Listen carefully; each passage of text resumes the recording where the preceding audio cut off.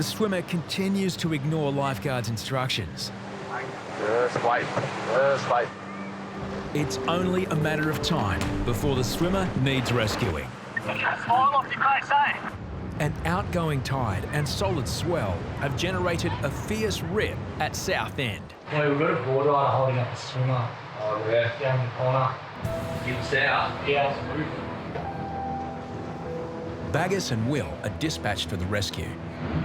As they approach, a volunteer lifesaver swims out with a rescue tube. Clubbies are heading out now. Yeah, copy. It's Baggis and I driving down. I see a clubby racing out just with the tube. Oh, you're way out. We got the board. We know that the right equipment will get the job done, and so I've jumped out and raced my way in. I know that I'm going to beat the clubby, not that it's a race. Hey, buddy.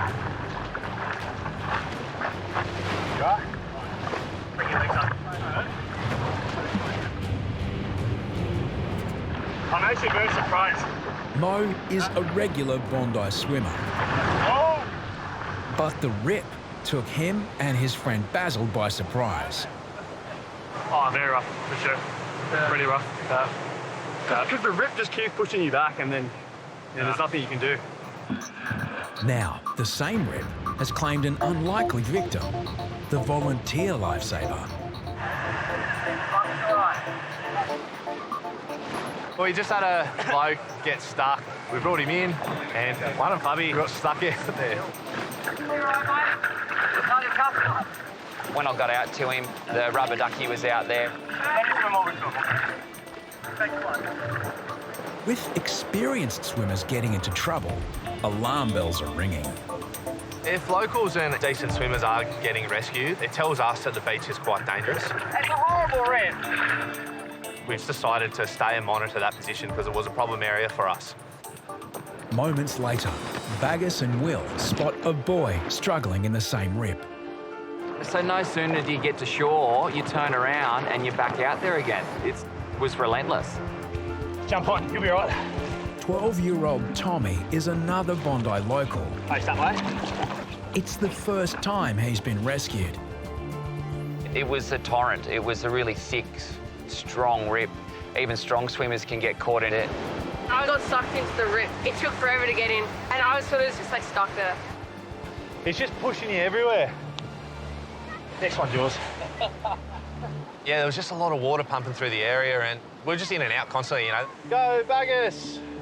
As the rip pulls harder, now a fourth swimmer is in trouble. I can't get my friend. Come on. Oh, thanks. You're all right, I can't get my friend, and he got stuck in. 10-year-old Harper got into trouble trying to help his friend. I was trying to get him. We were trying to paddle together because we were in a rip, so he paddled in, then I got stuck. Oh, that was the first time having rescues.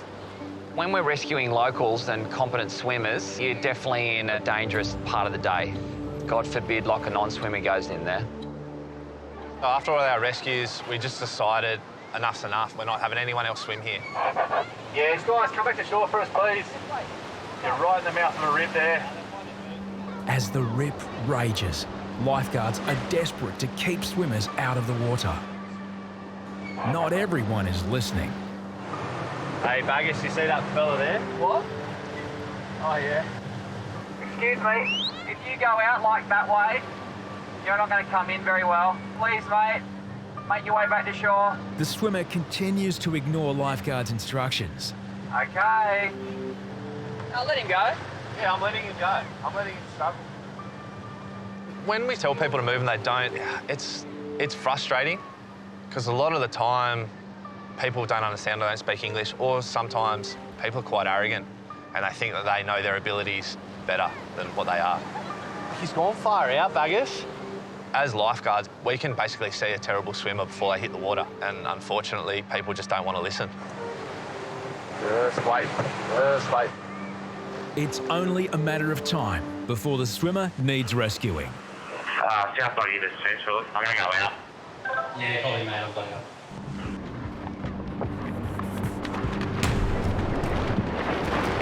Here's that swimmer that we've already told, get out of the area, you're not competent, he needs rescuing.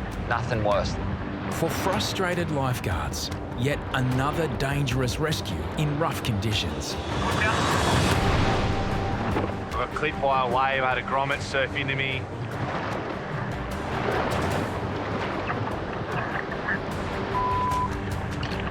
I got out to him and Pat, one of the local boys, was out there giving him a hand. Hey champion, what did I tell you? You don't want to listen. Then they got pushed into me. The bloke came out laughing and I just... Smile off your face, eh? Come here. Good. Like that?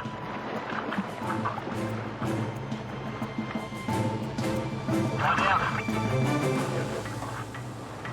Your patience just gets cut pretty quickly with stuff like that when people don't listen. The man appears unaware of the danger he was in. It's not a roll wave. Smile off your face. I told you down there, you couldn't swim. Yeah. You mate, no, hey. I'm talking. I said go to the flags. All right? I'm awesome. I've got this one on the middle of the flag, that's why mate, there's no flags around. All right, you got to look. Yeah. All right? It's really dangerous. Yeah. Thank you. It is easy to get frustrated. I think that's one of my biggest faults is I get frustrated quite easy with people not listening, and I know that they probably don't know. But in this case, I think just because everything went wrong from the get-go on that rescue, a bloke came out laughing and I just thought that was the end of it. Senior lifeguard Deano spots trouble. Just metres from shore, a child struggles to stay afloat.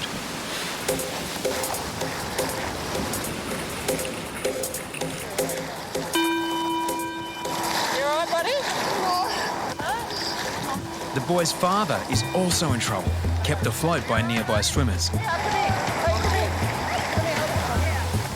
Having swallowed water, the boy needs oxygen. But just as Deano heads to shore, a man suddenly grabs the rescue board.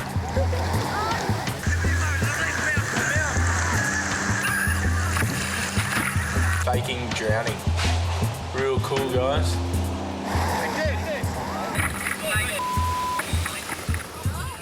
The Bondi Rescue cameraman steps in to keep them away. Deano's trying to do a rescue, but it looks like there's a couple of guys trying to muck around and have a laugh. For 9-year-old Daniel, a dip with Dad on the first day of holidays hasn't gone to plan. This will make you feel much better. So, you think you swallowed a mouthful of water? Yeah? Oh, look at that. It's too big for you. Too big. Just put it down. There we go. How does that feel? You feel a bit better now? A bit better? Do you want to spew? Do you want to vomit? No? What about if you look at Maxi? Does he make you want to vomit? As Deano administers oxygen and laughter, lifeguards have unfinished business. There's those two guys out there pretending to drown and they're calling the clubbies over to them.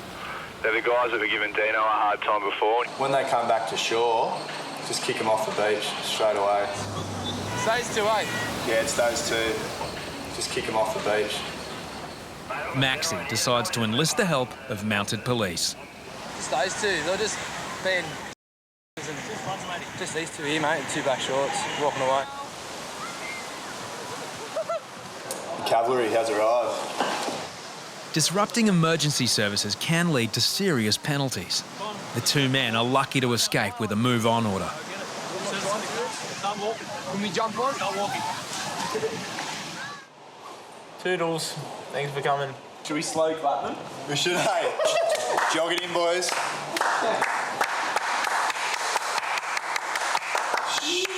Shit, go. Well, we're trying to be a lifeguard service and help people, you know? And if we fall for their little lies, someone could really actually drown or get really badly hurt.